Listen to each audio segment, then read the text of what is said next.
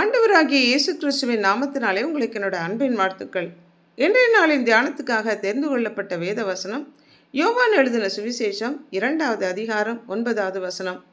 அந்த திராட்சை ரசம் எங்கே இருந்து வந்ததென்று தண்ணீரை மொண்ட வேலைக்காரருக்கு தெரிந்ததே அன்றி பந்தி விசாரிப்புக்காரனுக்கு தெரியாததினால் அவன் திராட்சை ரசமாய் மாறின தண்ணீரை ருசி பார்த்தபோது மணவாளனை அழைத்து, திராட்சை ரசமாய் மாறின தண்ணீரை ருசி பார்த்த பந்தி விசாரிப்புக்காரன் மணவாளனை அழைத்து, எந்த மனுஷனும் முன்பு நல்ல ருசி மிகுந்த திராட்சை ரசத்தை கொடுத்து ஜனங்கள் திருப்தி அடைந்த பின்பு ருசி குறைந்ததை கொடுப்பான், நீரோ நல்ல ரசத்தை இதுவரைக்கும் வைத்திருந்தீரே என்றான். தண்ணீர் எப்படி ருசி மிகுந்த நல்ல திராட்சை ரசமாய் மாறினது என்று பந்தி விசாரிப்புக்காரனுக்கு தெரியாது. தண்ணீர் நிறம் மனம் சுவையற்றது. திராட்சை ரசம் அதன் நிறம் நம்மை வசீகரிக்கக்கூடியது. அதற்கு நல்ல மனமும் சுவையும் உண்டு. விரும்பத்தகாத விதத்தில் வெறுமையாக இருந்த நம்மை அவர் விரும்புகிற வண்ணமாக மாற்றுகிற தேவன். பாவியாக இருந்த நம்மை நீதிமானாக பரிசுத்தவானாக மாற்றுகிறார்.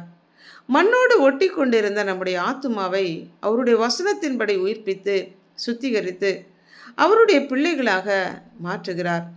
நாற்றமாக இருந்த நம்முடைய வாழ்க்கையை நறுமணமுள்ள வாழ்க்கையாக மாற்றி அக்கிரமத்திலும் பாவத்திலும் நிறைந்தவர்களாக கீழ்ப்படியாமையின் பிள்ளைகளாக இருந்த நம்மை கீழ்ப்படுகிற தேவனுடைய பிள்ளைகளாக, மாம்சத்தின்படி புறஜாதியாராக இருந்த நம்மை, விருத்த சேதனம் இல்லாதிருந்த நம்மை இருதயத்தில் விருத்த சேதனம் உள்ள தேவனுடைய பிள்ளையாக மாற்றுகிறார்.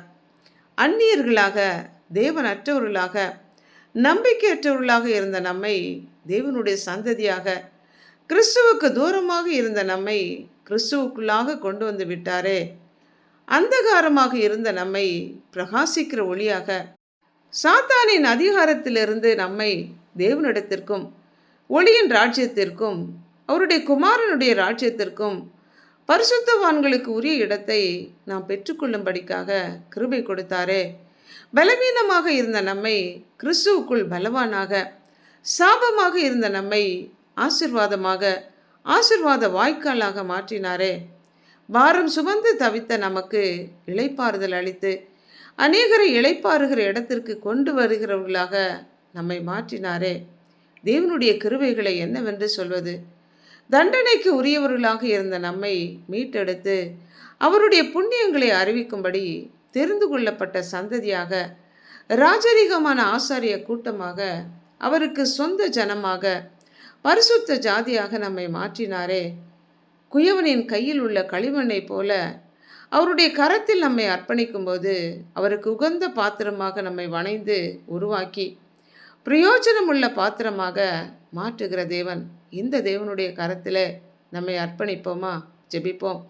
அன்புள்ள ஆண்டவரே, தாயின் கர்ப்பத்தில் எங்களை உருவாக்கினவரே, பாவத்துக்கு அடிமைகளாக இருந்த எங்களை விடுவித்து உம்முடைய பிள்ளைகளாக மாற்றின தயவிற்காக நன்றி செலுத்துகிறோம். அடிமையாக இருந்த யோசேப்பை ஆளுநராக மாற்றின தேவன், சிங்க கெபியிலே இருந்த தானியேலை முக்கிய மந்திரியாக மாற்றினீரே. உம்முடைய இரத்தத்தினாலே எங்களை கழுவி உம்முடைய வார்த்தையினாலே சுத்திகரித்து பரிசுத்த ஆவியினாலே அலங்கரித்து அபிஷேகித்து உமக்கேற்ற பாத்திரமாக எங்களை வணைந்து கொள்ளும்படிக்காக உம்முடைய கரங்களிலே எங்களை அர்ப்பணித்து இயேசு கிறிஸ்துவின் நாமத்தினால் ஜெபிக்கிறோம் பிதாவே. ஆமென்.